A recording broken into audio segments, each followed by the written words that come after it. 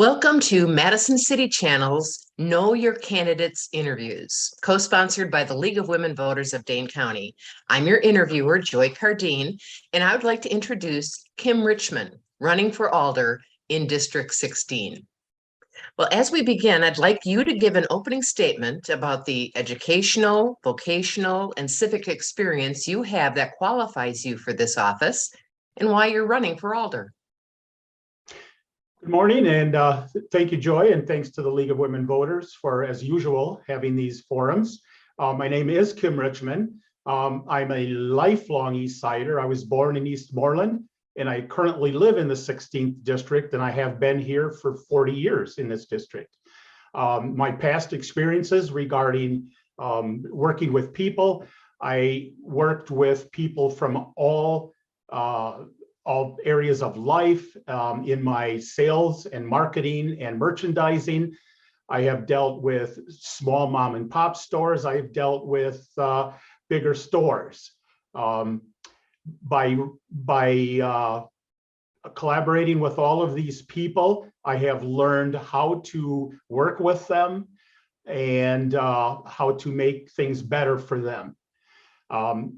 Currently, I am coordinator of the Buckeye Grove Good Neighbor Project, which brings neighbors together. And this is it's been over 3 years now, and it's very successful. We bring neighbors together, we work together, we do things together as far as civic issues, and we are making the neighborhoods better, we are told. What actions or programs would you support to enhance public safety in Madison? And in particular, what's your position on the use of body cameras by police officers?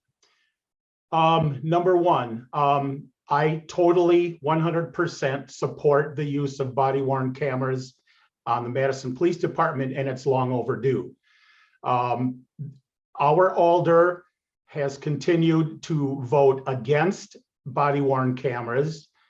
Our Alder has voted against any initiatives that our police chief has added, including adding 6 officers in districts of troubled youth to work with the troubled youth. I am 100% for body-worn cameras.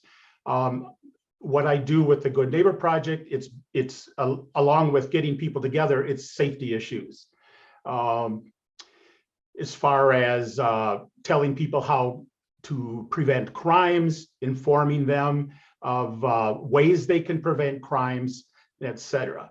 But people have to work together to get our neighborhood safety. And to me, it's the #1 concern as I've been out talking to people, neighborhood safety. What do you see as the most important environmental issues the city needs to address, and what will be your priorities for council action on those issues? What I hear most is the lakes and how the city is doing a better job in reducing salt use or being smarter about it. I've a long time lake user, and I am concerned about that. So any issues that would help clean the lakes, the Clean Lake Alliance and some of these other ones, I'm all supportive of that. Recently, it's been the PFAS from the airport, and we've got to get the government to help clean that up and clean up that northeast side.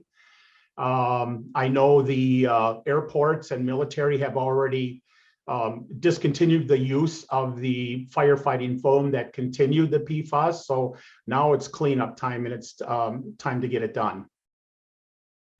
What's your position on increasing pay for alders? I am not for that. I am against I'm against decreasing the number of alders, and I did not support the actions of a couple of months ago of the alders to try and increase their pay. This is a civic position. Yes, it's part-time, and yes, there are a lot of hours involved, but you're doing it for your district, you're doing it for the city. So it's not about the money. It shouldn't be about the money. It should be about helping your neighbors and the district and the city. What, if anything, do you think the city should be doing to support economic development? We've got to work, the government's got to work with private investors. It's got to be, there's not one solution, but by increasing the accessibility for people to get to their jobs, which is very important. I mean, there can be open jobs, but if people cannot get to them, that's a problem. The BRT has been going forward, but I am a little concerned about some of the routes that are getting dropped on the east side and on the north side as well. That's going to be a problem for people to access their jobs if, let's say, they don't have a vehicle in their family, or have one and then there's two people working. We need the people to get out there and get their job or get to their jobs, and that's how you build an economy. How do you see racial disparities impacting constituents in your district? And are there any actions the city should take to address those disparities? Yes, I do hear about that, and I do discuss that with people. We've got to find out, people talk about root causes. We've got to figure out why there's this disparity and what can we do to turn it around. I mean, it's obvious, it's there, you can see it in the jails, but that's the main thing. The city's got to, I think, address it a little more and get to the causes, get to the youth before before they get hooked up with the wrong crew or whatever. But it's a definite problem, and it's got to be worked on, definitely. What are the most critical issues that you see facing the people in your district, and what do you propose to address those? Again, the most critical issue I hear is safety. Again, our alder doesn't seem to prioritize the neighborhood safety, but yet you can go on social media every day. You can talk to people every day, and that's the number one issue. Not just safety, but thefts. Yeah, yesterday, a mile from my house, there was a catalytic converter stolen cut off right in a Dean Clinic parking lot. Well, who expects that to happen? To me, that's the number one thing. If you don't feel safe in your home, you're not going to go out to the stores. You're not going to go for a walk. And then the economy will suffer if people aren't spending money locally rather than online. But that's the number one issue. Another issue I hear about are the F-35s, because of sometimes where we live here on the far east side, we're in the flight path. If the wind's coming from a certain direction, the F-16s have to take off over this area. I say I support the F-35s. They're here. There's nothing we can do about it right now. We can protest it, do everything we want. But I'm glad to see that the noise abatement is going forward to help those people that are closer to the airport, and that should continue. We should work with them. They're here. They add to the economy, not only in the city, but the county as well. So we should work with them, but we have to address the concerns of the people. Finally, what would you like to say to our viewers as we complete this interview? I just would like to say, for those of you in the 16th district and across the city who are watching, I hope I will earn your trust and hope to earn your vote.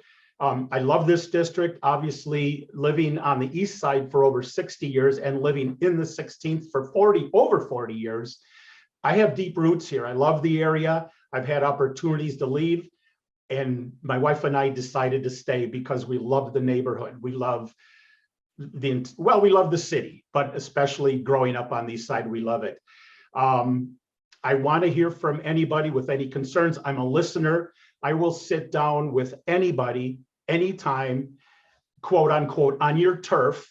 I will, if you can't get out of your, let's say, older adult home, I will come to you. I am a listener.